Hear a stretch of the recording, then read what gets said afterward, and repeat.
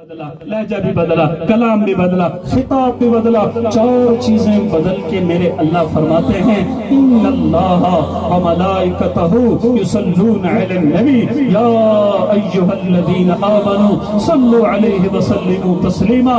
لوگوں بے شک کائنات کا رب اللہ، کائنات کا رب اللہ اور اللہ کی فوجیں، اللہ کے فرشتے کیا کرتے ہیں؟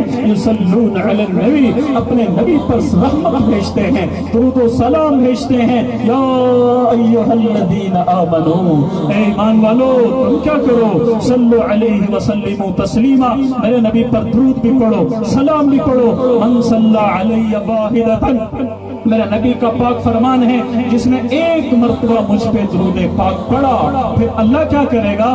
صلی اللہ علیہ عشرہ، اللہ پوری 10 مرتبہ رحمت کی نگاہ سے اس درود پاک پڑھنے والے کو دیکھے گا، پوری 10 مرتبہ رحمت کی نگاہ سے دیکھے گا۔ موسیٰ علیہ السلام نے تورات میں پڑھا قیامت کی ہولناکی، قیامت کی سختی، قیامت کی پیاس، قیامت کی بھوک، قیامت کا میزان عدل، قیامت کا ترازو، آخرت کی ہولناکی جب تورات میں پڑھی نا تو بڑے پشیمان ہوئے، فکر مند ہوئے، اللہ سے سوال کیا یا اللہ میں قیامت کے دن کی سختی سے بچنا چاہتا ہوں، میں کیا کروں؟ قیامت کے دن کی سختی سے بچنا چاہتا ہوں، کیا کروں؟